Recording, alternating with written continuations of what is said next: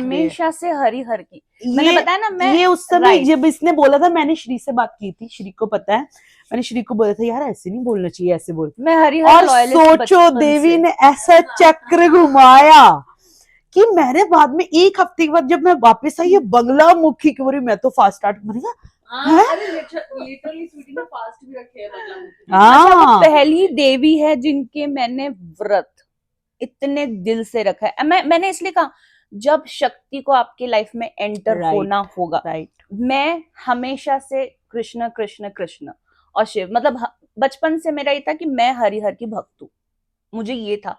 मैंने क्या बोला, देवी थी but I was never attached, और कि एक बोलते ना देखकर आपको होगा कि अरे यार बहुत वाओ। मैंने बोला ना मंदिर जाती थी माथा टेका, चलो मेरे हृदय में बस हरिहर का वास था उस समय, ठीक है। बट आज के समय में मैं बोलूं, मेरी जैसी लड़की शक्ति की इतनी इतनी दीवानी, और जो शक्ति ने मुझे चेंज किया, पता है क्या है वो, आप एक समय आता है जो चीज का आप जवाब ढूंढ रहे हो, और वो भगवान ने आपको माँ ने ऐसे चीजें ओपन अप की कि आप उनको इसलिए नहीं भूल पाओगे क्योंकि उन्होंने आपको उस समय वो हेल्प किया। और वो कहता है ना, ऋण चुकाने वाली बात है। तो मैंने उस दिन कसम खाई, मैंने नाक रगड़ के माफी मांगा था। गाइस, तुम लोगों को मैं सच्ची स्टोरी बताओ, मेरी जैसी लड़की कभी दंडवत प्रणाम नहीं डालती है, नेवर इन लाइफ।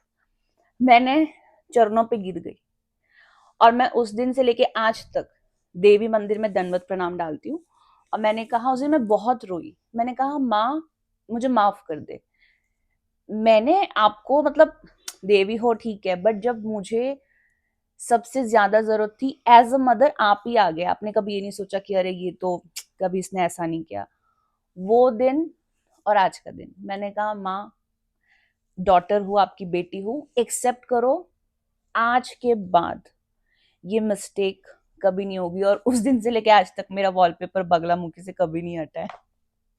और जैसे कि हम लोगों को ऑफ कोर्स कोई ऐसा नहीं था, बट अटैचमेंट वही देवी सेम चूज करती है। आप 10 महाविद्या के बारे में जान रहे हो, आपको पढ़ना है, आपकी नॉलेज है, बट आपको पता नहीं आप किस देवी से अटैच हो जाओगे। मेरी अटैचमेंट एक लेसन होता है, जैसे आप एक क्लास के बाद उसको रिपीट नहीं कर सकते, चाहे आपकी कितनी भी बेस्टी रहे, आपको नेक्स्ट क्लास पे जाना पड़ेगा, राइट।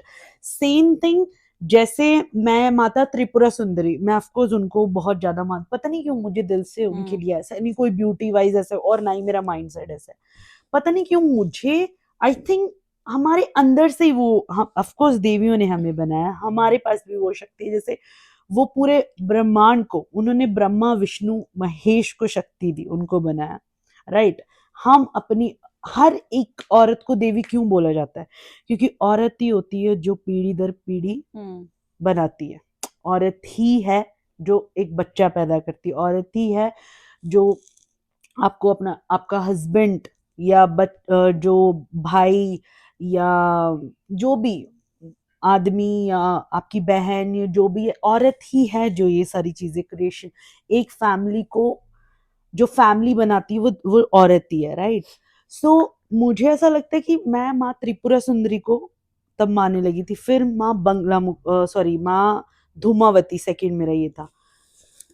जब मैं माँ त्रिपुरा सुंदरी का जाप करती थी, ये करती थी, मुझे एक पावर फील होता था, मुझे मेरे मन में एक ये था कि यार मैं भी एक औरत हूँ।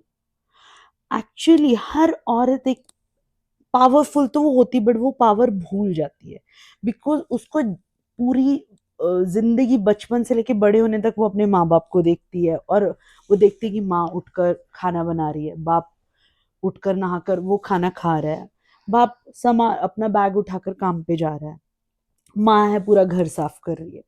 तो उसका माइंड सेट ये रहता है कि मुझे भी बड़े होकर ये होना है। उसको कोई बोले ना बोले, बट वो देखती है वो सारी चीजें, ठीक है, और उसको माइंडसेट ये होता है। बट कभी भी औरत में जो पावर है वो एक्चुअली औरत खुद ही नहीं जान पा रही। आज मैं देखती हूँ माँ त्रिपुरा सुंदरी, ब्रह्मा विष्णु महेश तीनों, मतलब उन कोई भी उनको ज्ञान या कोई भी चीजें जिनका उनको आंसर या कोई डिसीजन लेना है, माता के पास ही जाता है, राइट।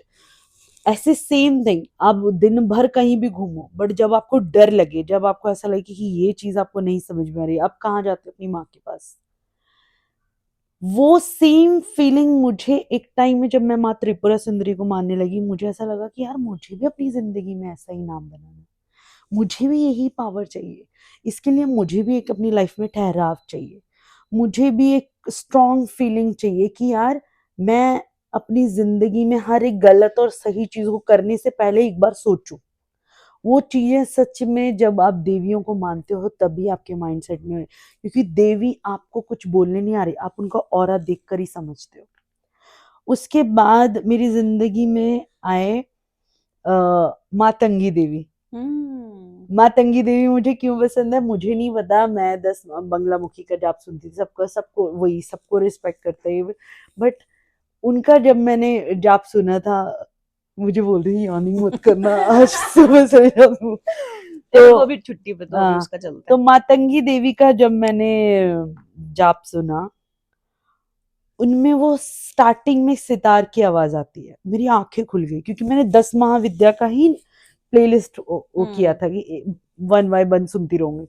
जब मातंगी माता को मैंने सुना, मैं बैठ गई, मैंने कहा, और मैंने देखा उसके बाद मातंगी माता का रूप, ग्रीन कलर और वो पैरेट, तो मैं इतनी अट्रैक्ट हुई, और वो म्यूजिक, मातंगी माता का जो सितार जो बजता है, मैं इतनी अटैच हुई, और मुझे इतना मतलब उनके साथ, मुझे नहीं पता और ना ही मुझे जानना है कि मतलब इन चीजों में कि लोग किस लिए मानते हैं किस लिए नहीं।